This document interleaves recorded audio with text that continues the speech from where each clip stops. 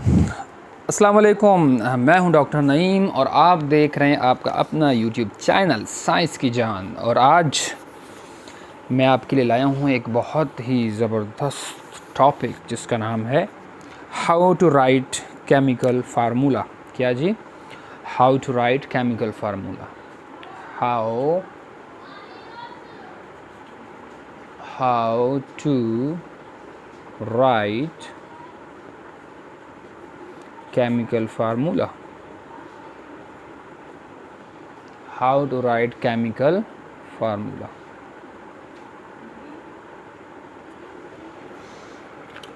ठीक है जी, तो आज हम सीखने जा रहे हैं कि केमिकल फार्मूला कैसे लिखते हैं। तो आपको ये बखूबी मालूम होगा कि जो केमिकल फार्मूला होता है वो दरअसल किसी भी मॉलिक्यूल का हो सकता है। केमिकल फार्मूला मॉलिक्यूल का या कंपाउंड का हो सकता है, क्योंकि कंपाउंड किससे मिलके बनते हैं? कंपाउंड बनते ही मॉलिक्यूल से हैं। ठीक है जी, तो केमिकल फार्मूला या तो मॉलिक्यूल का हो सकता है या कंपाउंड का हो सकता है, या फिर कंपाउंड दो किस्म के होते हैं। एज़ यू नो दैट कि कंपाउंड भी दो किस्म के होते हैं। एक का आपका आयनिक कंपाउंड होता है, और दूसरा आपका जो कंपाउंड होता है that is covalent compound.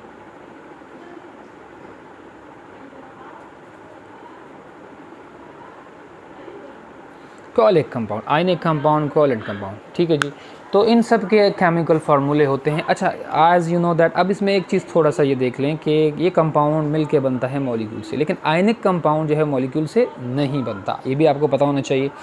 Ionic compound किस चीज़ से मिलके बनता है? फार्मूला यूनिट से बनता है, और इसका छोटे से छोटा ज़रा जो होता है वो आयन होता है। ठीक है जी, तो जो कोवैलेंट कंपाउंड होता है वो मॉलिक्यूल से बनते हैं, और मॉलिक्यूल का छोटे से छोटा ज़रा क्या होता है? That is a neutral atom होता है।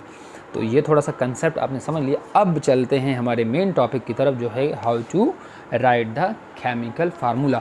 अच्छा जी, केमिकल फार्मूला हम जैसे आपको पता है, तो सबसे पहले हम ज़रा देखेंगे कि आयनिक कंपाउंड का केमिकल फार्मूला किस तरह लिखते हैं। तो आयनिक कंपाउंड में सबसे पहला जो एग्जाम्पल में किसका सीखेंगे? आयनिक कंपाउंड का। ठीक है जी, आयनिक कंपाउंड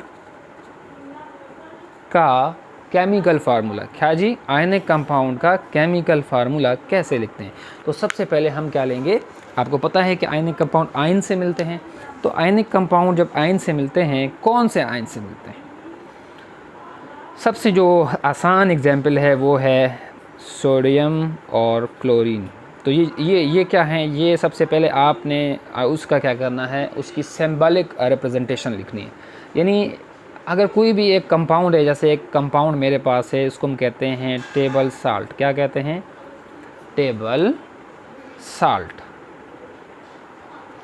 अच्छा, इस टेबल साल्ट का जो सिंबॉलिक रिप्रेजेंटेशन है, मतलब इसमें जो चीज़ें मौजूद हैं, ये तो आपको कंफर्म पता होनी चाहिए। मतलब केमिकल फार्मूला को लिखने के लिए आपको ये पता होना चाहिए कि कंपाउंड के अंदर एटम कौन कौन से हैं या आयन कौन कौन से।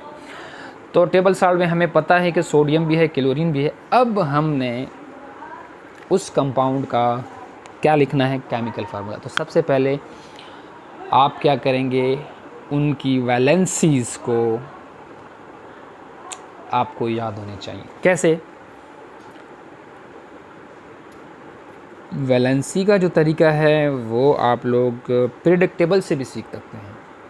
जैसे मैं आपको कहूँ कि सोडियम जो है कौन से ग्रुप का एटम है या एलिमेंट है, तो आप कहोगे कि ये फर्स्ट का है। जब ये फर्स्ट का है तो इसका मतलब इसका जो वैलेंसी है वो भी 1 होगा। उसी तरह क्लोरीन की अगर हम बात करें, तो क्लोरीन जो है वो ग्रुप नंबर 7वें का है। तो इलेक्ट्रॉन, सोडियम एक इलेक्ट्रॉन लूज़ कर देता है, ये इलेक्ट्रॉन लूज़ कर देता है तो उस पर माइनस चार्ज आता है। ये एक इलेक्ट्रॉन गेन करने वाले हैं तकरीबन सारे, तो इनकी वैलेंसी जो है ये +1 है, ये +1 है, और इसकी वैलेंसी क्या है? -1 है। लेकिन यहाँ पे केमिकल फार्मूला ड्रा करने के लिए हमने जो इनकी प्लस और माइनस की साइन को शो नहीं करना। ठीक है जी, इसका भी वैलेंसी 1 आपको पता है, इसकी वैलेंसी भी 1। अब आप क्या करेंगे, इसको क्रॉस करेंगे, ये जो है इसके नीचे आ जाएगा, इसके नीचे, और ये जो वैलेंसी इसके नीचे आ जाएगी। तो आप इसको इस तरह लिख सकते हो, that is Na1 Cl1, Na1 और Cl1। ठीक है जी। तो इस 1 को आपको ये रूल भी जहन में रखना चाहिए। यहाँ पे एक बात आ गई तो मैं आपको बता दूँ कि एक इसका जो रूल है वो ये है कि आपने अगर दोनों की वैलेंसी एक जैसी, जैसे यहाँ पर है सोडियम की वैलेंसी भी 1 और क्लोरीन की भी 1, तो आपने नीचे इनके कुछ भी नहीं लिखना, लाइक दिस वन। तो ये आपका क्या बन गया, ये आपका केमिकल फार्मूला बन चुका है। NaCl किसका, टेबल साल्ट का केमिकल फार्मूला ये बन चुका है। तो इस तरह आप बहुत सारे जो आयनिक कंपाउंड है उसको आप इस तरीके से लिख सकते हो। ठीक है जी। अगर हम सोडियम की तरह मैग्नीशियम लिख दें, ठीक है जी, मैग्नीशियम क्लोराइड, तो इसकी वैलेंसी आपको पता होनी चाहिए, इसकी वैलेंसी क्रिस क्रॉस करके ये आप, अच्छा इसमें एक और चीज़ भी आपको दिमाग में रखनी है कि जो पॉजिटिव आयन होगा आपको उसने पहले लिखना है। देखो सोडियम जो है उसके ऊपर प्लस का साइन है, तो आपने उसको पॉजिटिव को पहले लिखना है, सेकंड पे आपने क्लोरीन को लिखना है। तो इसी तरह आपका NaCl जो है वो फार्मूला बन गया। अब आइए आगे बढ़ते हैं। अब हम आते हैं किस पे जी, कोवेलेंट कंपाउंड के ऊपर। कोवेलेंट कंपाउंड का जो फार्मूला है वो किस तरह लिखा जाता है, कोवेलेंट कंपाउंड के फार्मूले किस तरह लिखे जाते हैं। जैसे फॉर एग्जांपल, सबसे जो आसान एग्जांपल है केमिकल फार्मूला को आपको समझने का वो है जी, हमारे पास एक कंपाउंड है जिसका नाम है वाटर। क्या है जी, वाटर। तो वाटर की सिंबॉलिक रिप्रेजेंटेशन, मतलब वाटर के अंदर कौन कौन से एटम्स मौजूद हैं, तो आप कहेंगे कि वाटर में तो हाइड्रोजन मौजूद है और ऑक्सीजन मौजूद है, इसी तरह से है। अच्छा जी, अब हाइड्रोजन की वैलेंसी क्या होती है, हाइड्रोजन की वैलेंसी आपको पता है कि उसमें एक इलेक्ट्रॉन होता है तो वो लूज़ करेगा, तो इसकी वैलेंसी 1, और ऑक्सीजन की वैलेंसी उसके आखिरी शेल में ऑक्सीजन के 6 इलेक्ट्रॉन होते हैं, तो 2 इलेक्ट्रॉन वो और ले सकता है, तो इसकी वैलेंसी 2। ठीक है जी। अब क्या हुआ, क्रिस क्रॉस तरीके से आप इसको यहाँ ले आएंगे, इसको यहाँ वैलेंसी को ले जाएंगे, तो ये फार्मूला आपका इस तरह बन जाएगा H2O।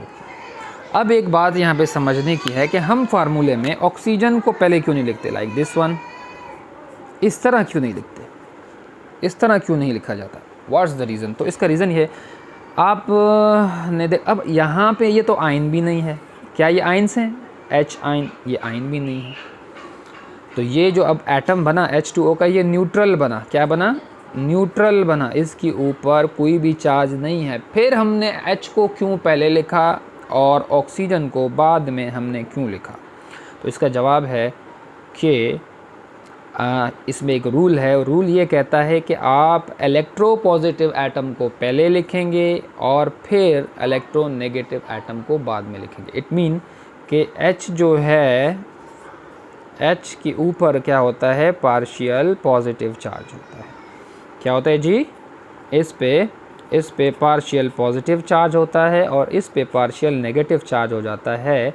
दैट्स वाई हम हाइड्रोजन को पहले लिखते हैं। हम क्या करेंगे, हाइड्रोजन को पहले लिखेंगे क्योंकि इस पे पार्शियल पॉजिटिव चार्ज, ये लेस इलेक्ट्रोनेगेटिव है, और ऑक्सीजन की इलेक्ट्रोनेगेटिविटी जो है वो क्या है, वो ज़्यादा है, इसलिए हम हाइड्रोजन को पहले लिखेंगे, ऑक्सीजन को बाद में। तो ये था आपका कोवेलेंट कंपाउंड के केमिकल फार्मूले किससे बनते हैं, ये भी हम लोगों ने सीख लिया। और एक रूल ये याद रख लीजिएगा आप अपने माइंड में कि अगर 2 एटम की वैलेंसी एक जैसी होगी, 3-3 होगी, जैसे मैं आपको यहाँ पे एग्जांपल दे सकता हूँ, कैल्शियम ऑक्साइड की एक एग्जांपल दे सकता हूँ, calcium oxide, like this is a CaO। ठीक है जी, आपने ये एक कंपाउंड सुना होगा, ये भी एक कंपाउंड है। अब हम चेक करते हैं कि कैल्शियम की वैलेंसी अगर आप चेक करेंगे तो वो क्या है। जी हाँ, कैल्शियम की वैलेंसी कितनी है, बल्कि ये आपके लिए होमवर्क है, ये आप क्या करना है, आपने होमवर्क करना है कि कैल्शियम ऑक्साइड का फार्मूला CaO क्यों है, ये आपका होमवर्क है। तो आप इस तरह बहुत सारे एटम का केमिकल फार्मूला बना सकते हैं। ठीक है जी, आपने जस्ट इसमें क्या करना है, कैल्शियम की वैलेंसी जो है उसको ऊपर रखना है, ऑक्सीजन की वैलेंसी को यहाँ पे रखना है, दैन क्रिस एंड क्रॉस कर देना है। ठीक है जी, तो उसके बाद जब ये बराबर होंगे, जब इनके नीचे जो वैलेंसीज बराबर हो जाएंगी तो आप क्या करेंगे, उनका फार्मूला सेम टू सेम लिख देंगे। अब आते हैं कुछ एक डिफ़िकल्ट पॉइंट के ऊपर, कुछ